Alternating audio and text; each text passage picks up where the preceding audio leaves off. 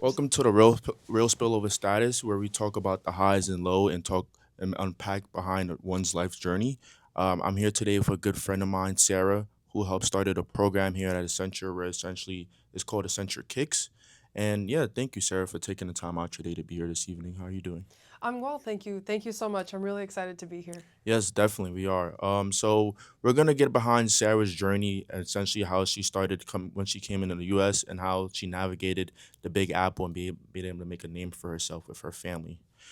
So we're gonna start off just with like a basic introduction. You can just tell people what's your name and what do you do currently. Sure, yeah. My name is Sarah. I'm 30 years old. I currently am a meetings and events coordinator here at Accenture. I've been here for about 4 years. Actually, I just made 4 years last week. Congrats. Thank you. I've worked in the corporate space at least at this level for only 4 years, but I did work at a smaller office for about 3 years before that. And then before that, I had just graduated college. And so now I work full time. I live at home with my family in Queens and our dog. I really enjoy traveling. I enjoy Hispanic food, culture, music. Um, and so, yeah, that's a little bit about me. Thank you. Yeah, that was a pretty good description. But yeah, so we're gonna get started. We're gonna start off with exactly. So I know you came from the DR, Mhm. but essentially, how was your journey in the beginning? Like, what was some early hardships that you had to endure? Absolutely. Yes, that's true. My parents are both Dominican, and they came from the Dominican Republic when I was about 10 months old. We'd lived in Queens for the majority of my life. I would say around 2014, my dad had filed for divorce, and my parents had a shaky marriage when they were together.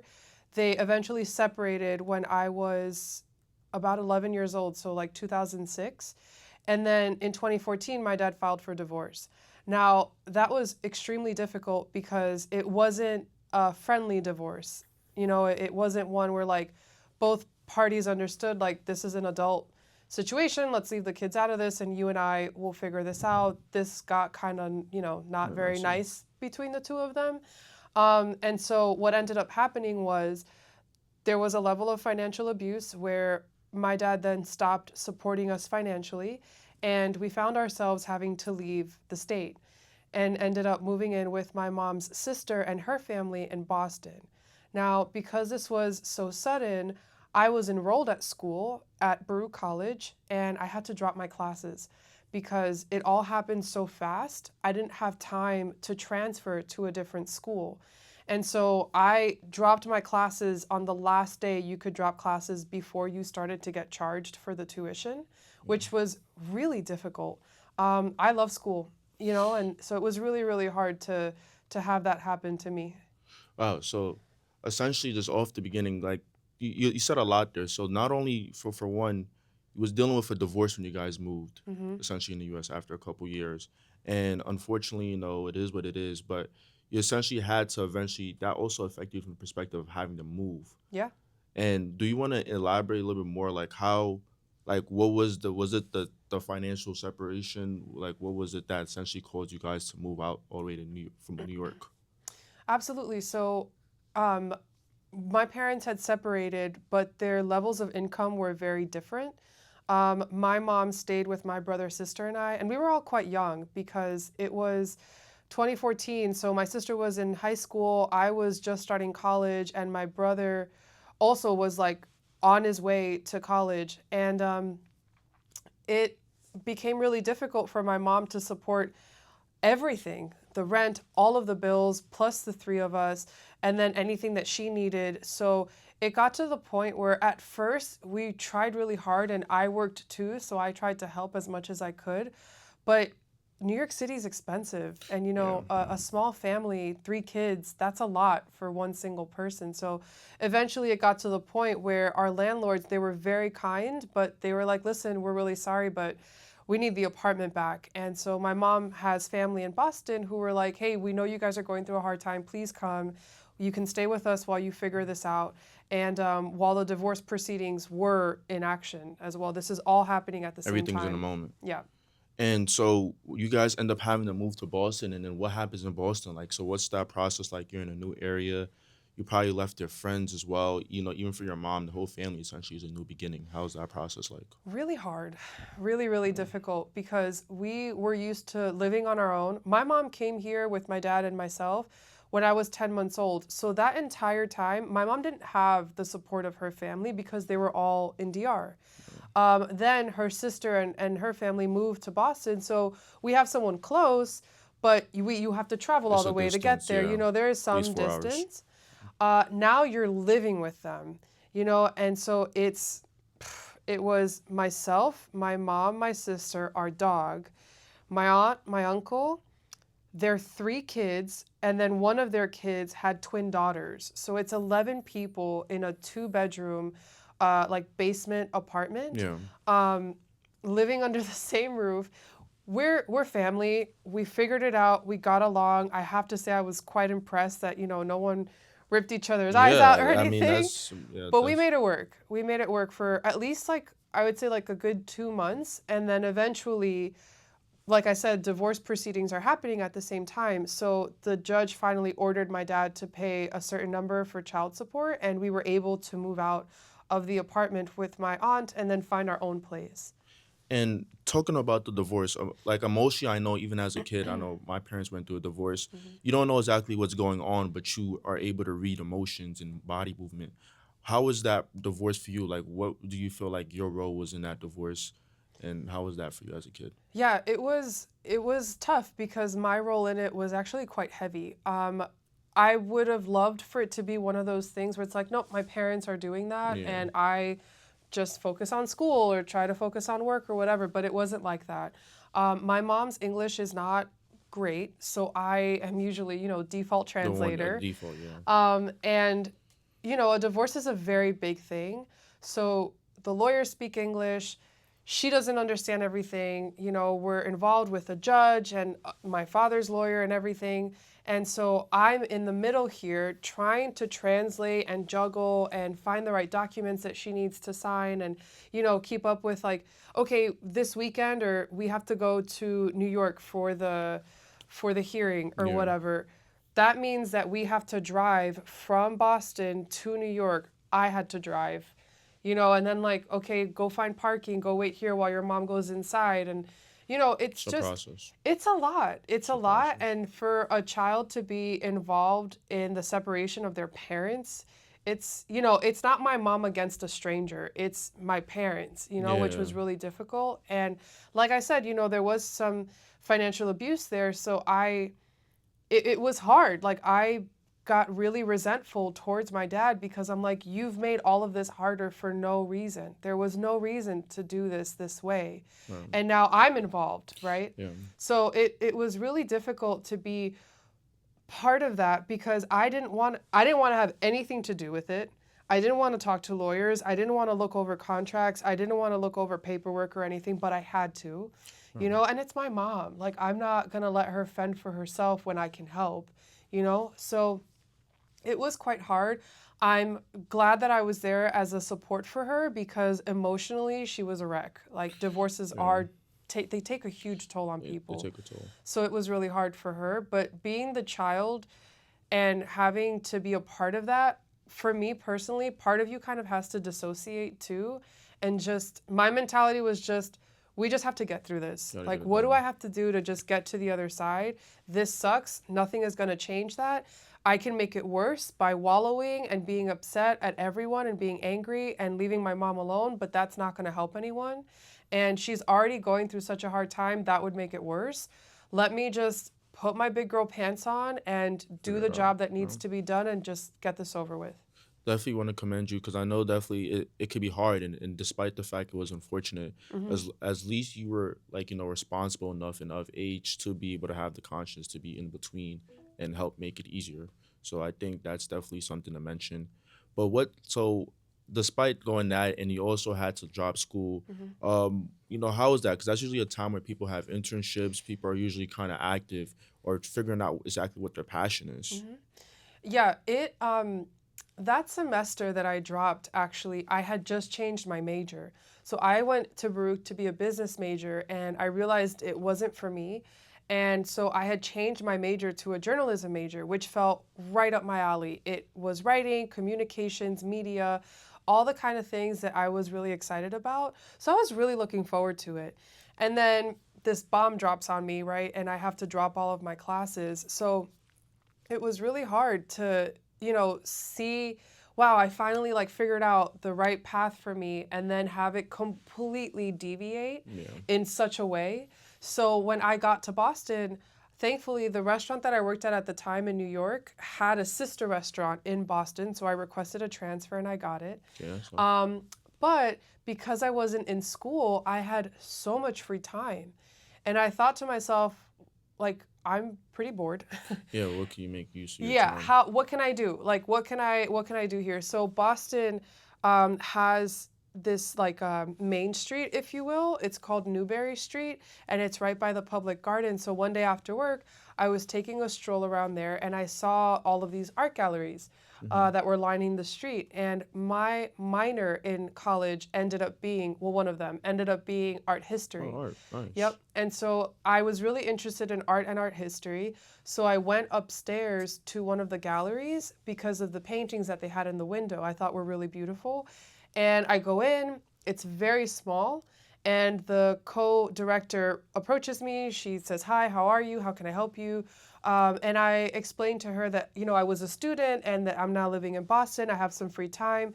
The artwork in the gallery caught my attention. Yeah. And it just dawned on me to ask her, like, hey, do you guys like need any help or offer any internship or volunteer opportunities? Because I'm only working right now and I have, X amount of time off.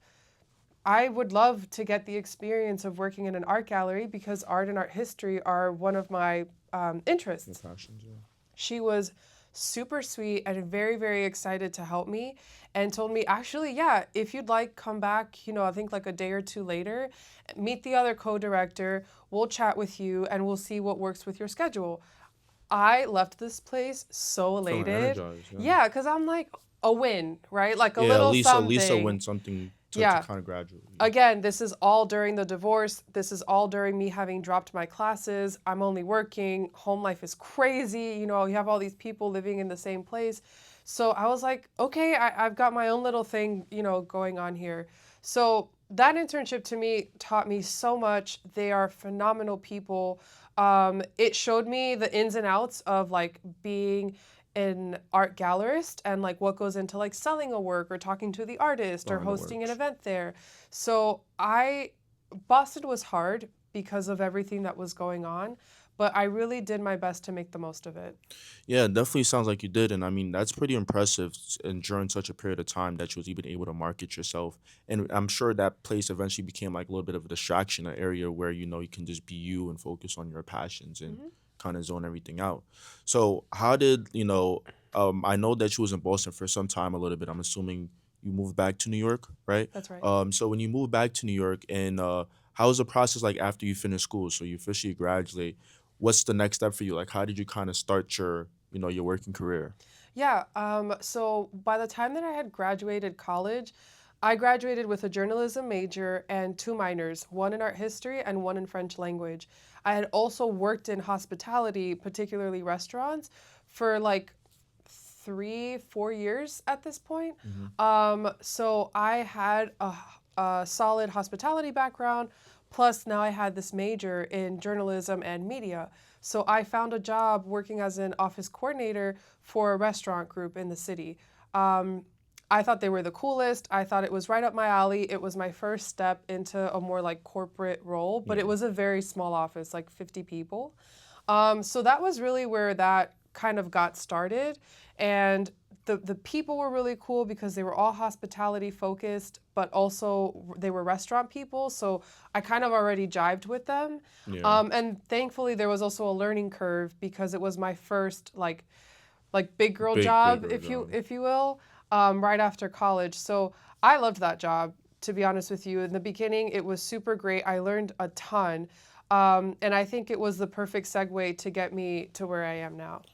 And Within that job, like, so I know previously, but that wasn't necessarily your first official working job, but it was Hmm. just more so getting into that corporate space. Yeah. How were you able to leverage the skills that you had at the time? I believe you was working like in restaurants already. Hmm. So how was you able to leverage those skills to bring it into that space, and how did that help you, kind of make this role more fitting? Yeah, so even like during the interview process, I really had to sell myself because I didn't have formal office experience, Right. right? But I did have restaurant experience, and I knew that the job that I was applying for required that somebody be outgoing, that someone kind of like knew how to run an office. But I'm like, I've never ran an office, but I've ran a restaurant floor. I've ran Friday and Saturday night service That's at gonna the be front busy. door Yeah. working as a maitre d'. And then I realized, like, this is basically like maitre ding for an office. You answer the phone, you pick up the mail, you welcome your guests, you get them anything that they need, water, tea, coffee, who are you here to see? You book focus rooms or conference rooms for people, you make sure that the space is tidy. So I'm like, I do It's that already. transferable. Yeah, I do that in the restaurant. And just because I didn't do it in an office doesn't mean I can't do it in an office. I Right. just need to learn how you guys want me to do it. And so that's kind of how I kind of sold that. Yeah. I'm fresh out of college. I have these skills. Obviously, here's my diploma. But also, I have the mindset of someone who is successful in this role because Right. I know what it entails at its core, right? And so I think that's how that worked out for me. And I think it's pretty good that you even mentioned that, because I know sometimes what stops some people from wanting to elevate, they're like, oh, I can't do this. You never try to think from the perspective. Usually, a lot of jobs, from that perspective, just customer service alone is Hmm. something that transferred, right? And essentially, every job just has a way of doing its things, but essentially, the basics, some basics don't necessarily change at all. So, Right. congrats to, be able to sell yourself like that. Thank you. So, what essentially, like, I know currently in your position you do now, how did you do that? How did you move? How did you pivot from the hospitality to more so of a consulting, tech world? Absolutely. So I was approached by a manager that worked here to join the workplace team. Now, when she approached me, I was like, "You're nuts!" Because what am I doing in a tech office? Yeah. I have no idea what's going on in tech world right now. I keep my phone for as long as I possibly can. Literally, one of my last ones was being held together by tape, because I'm just like I'm not into like the next big tech gadget It's not thing, you're not worried about those type of Yeah, I'm things. pretty like minimal when it comes to that sort of thing. So I thought that there wasn't a place for me here. Mhm. However, she told me that what they were trying to build here was a hospitality forward kind of like space events workplace team. Yeah. So I was like, okay, that kind of makes sense. And then when I read the job description, I'm like, again, it feels like maitre ding for an office. It's just now on a much bigger Yeah, scale, bigger right? scale. 9 floors, over 130 focus rooms, 30 plus meeting rooms.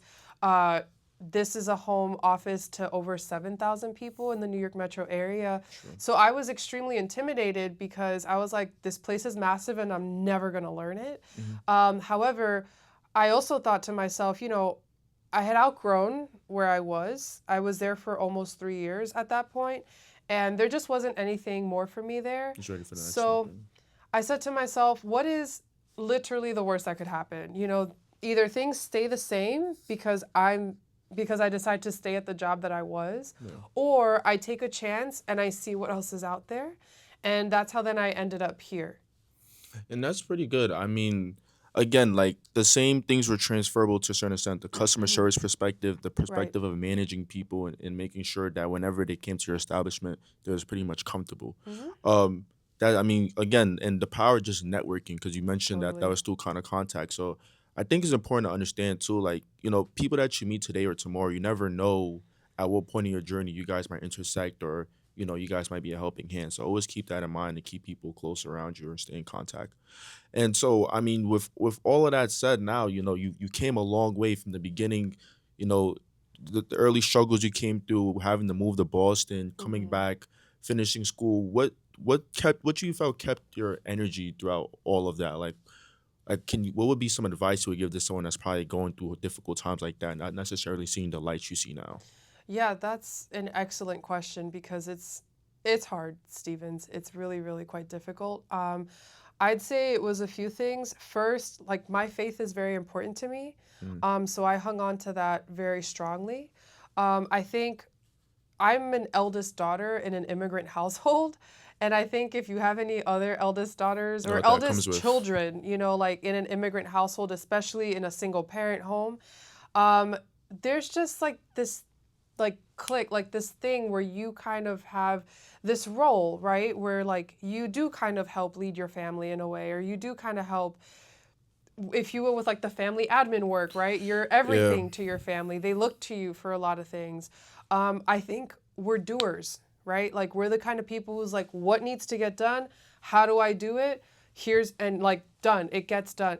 Because it has to, right? If you don't do it, then who will? And it's like if you don't do it, no one does it, and it still needs to get done, right? So if something is pending, it gives me a ridiculous amount of anxiety because I'm like, I know that this needs to get done. Let me just do it, Yeah. right?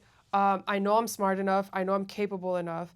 I try to find pockets of joy and pockets where I could, I guess, make my own magic, make my own opportunities wherever I could.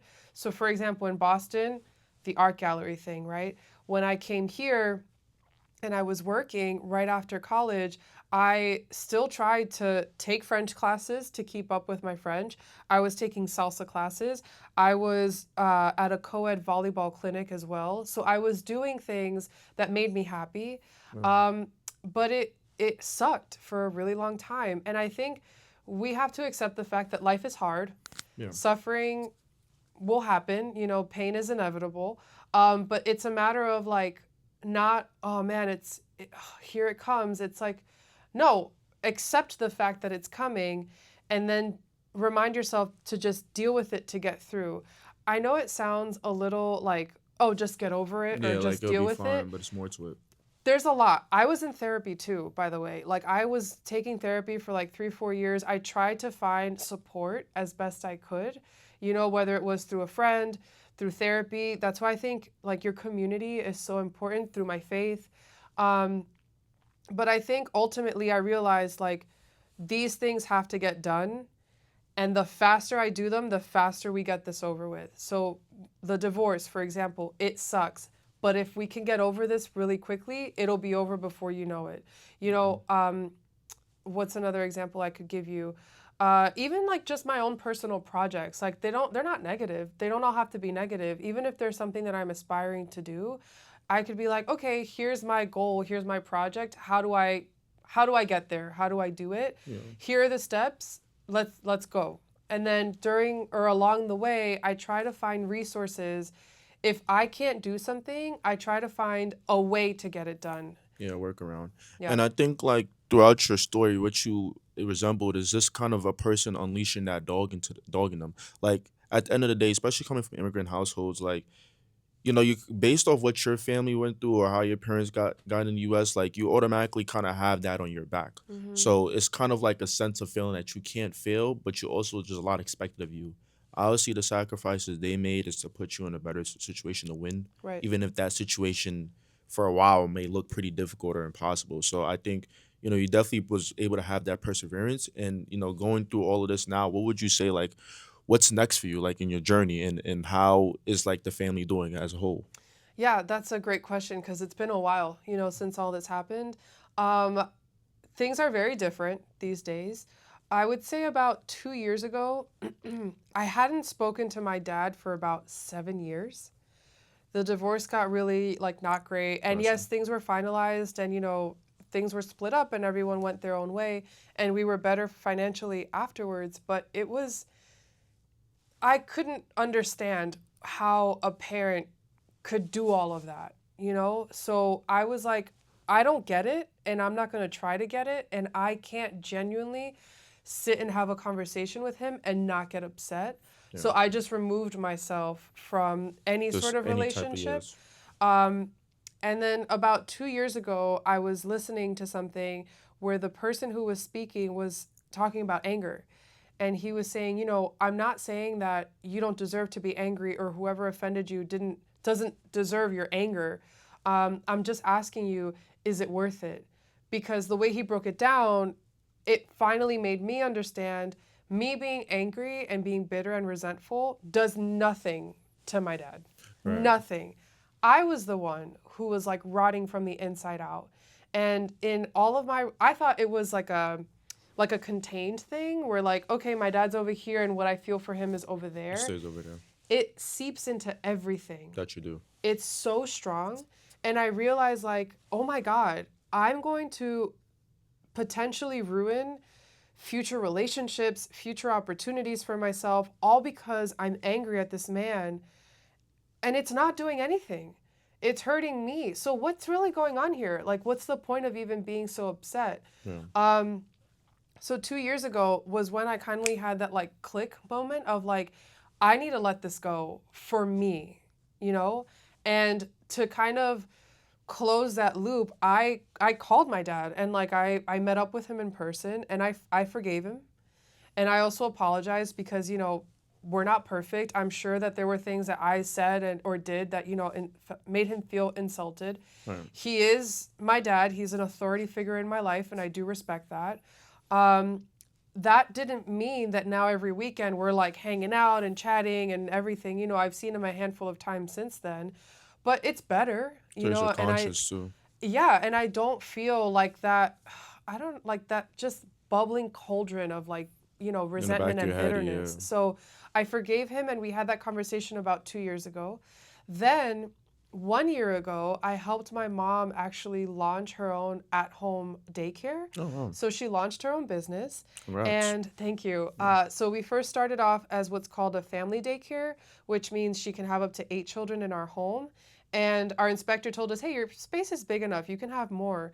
So throughout the course of the year, she built her business. I helped her with everything, the marketing, the contracts, the translation, the building out our space. Like we have a 2 bedroom apartment. Mm-hmm. One of the bedrooms has been converted to like a classroom. Oh, It's okay. so cute. That's Um, nice. she now has like 10 kids that come to daycare, and she can have that many because we applied for what's called a group family daycare license, which lets you Okay. have up to 16 children, and we got it Oh, earlier this month. nice. Thank you. Yeah. Nice. So she's all set, and I'm so proud of my mom. Like to come from DR with nothing, with a guy who made your life impossible, financial abuse, crazy divorce, living with your sister, moving back to New York, never having a job that paid her more than like, I don't know, 35K a year ever. Mind you, she That's was hard, working yeah. as a teacher's assistant with small children. It's a crazy big job, but they don't pay you enough. To then launching her own business in her mid to late 50s, like No, you just gotta that to give me is kudos. Yeah, no, it is. incredible. It's pretty That to impressive. me is incredible. And so she's kicking it and like doing super great. The kids love her, the parents love her. She's a businesswoman, she's super proud of herself as well. She's really tired, but she's really proud of herself as well. And now for me, I actually gave notice and my last day is next Friday Oh wow. because I'm moving to France. Okay, okay, Yes. friends. Yep. So I applied to grad school around December of last year. And I applied to 3 different programs, an art program, a history program. They're both in Paris, and then an MBA in Toulouse. I got into Wow. all 3. Congrats. Thank you. And I chose the arts and culture program in Paris. So school starts next month. I'm going back to Wow. school. Check her out. She's about to be flying. She's about to be out of here. I'm going back to school and wrapping up my time here at Accenture. So I'm really excited. I feel like this is coming at the exact right time it had to. This is a goal of mine that I've wanted to reach for over 10 years, I'd say. I started studying French when I was 12, so really my history with the language goes very, very, very far back. And to be able to reach this dream to me is everything. That's amazing. Wow. So I mean, to have a full circle moment like that, and I think even the passion is always following your dreams. Mhm. It don't matter what age you are, or even if you had that dream when you was 10, 12, as long as you stay consistent to it, it will come eventually. And the fact, not only for your mom to be having home daycare, and it's just a goes to saying, like, in New York, we always able to make, we don't have that much space sometime in our apartments or the cases, but to be able to transform that into a daycare is pretty impressive Yeah. as well too. Yeah. We definitely always make use of our space in New York, We sure and do. then continue. There's a lot of art in France, so I'm sure Yes. you'll be able to you'll have a blast, in between school and still being able to kind of be in such an immersive area with so much culture. Like they say in French, enchanté. So yeah, I mean, we spoke French in my household since I was small. That's how I Oh, learned cool. French. Very Yeah, cool. so my parents are African, but French was always taught to me, so I understand more than I speak. Yep. But yeah, I mean, I'm honestly, and to even forgive, the mental component of it too. So you don't even Yeah. have that. You're going into a new country, not even having that type of mindset or grief or resentment towards your father. So honestly, I can't wish you nothing more but the best of success. Thank you. We'll definitely be missed here. You have something else to add to your resume as well in Yep. terms of being able to help manage and get a daycare up and running. Um, It's already on my LinkedIn. it's already on your LinkedIn. Stay. Make sure you're on LinkedIn if you're not. You definitely can find Sarah on LinkedIn if you're Yeah. looking for Sarah. But honestly, yeah, I know we're a little bit short on time. But if there's any other last remarks you'd like to say, I would honestly like to say thank you. You will be missed in the office as well from your presence. But we're sure you're on to better things, and your journey continues. Thank you so much. Yeah, I had a blast chatting with you today. I'd say, hard times, they don't last. They suck when you're in the thick of it. It They does really suck. do.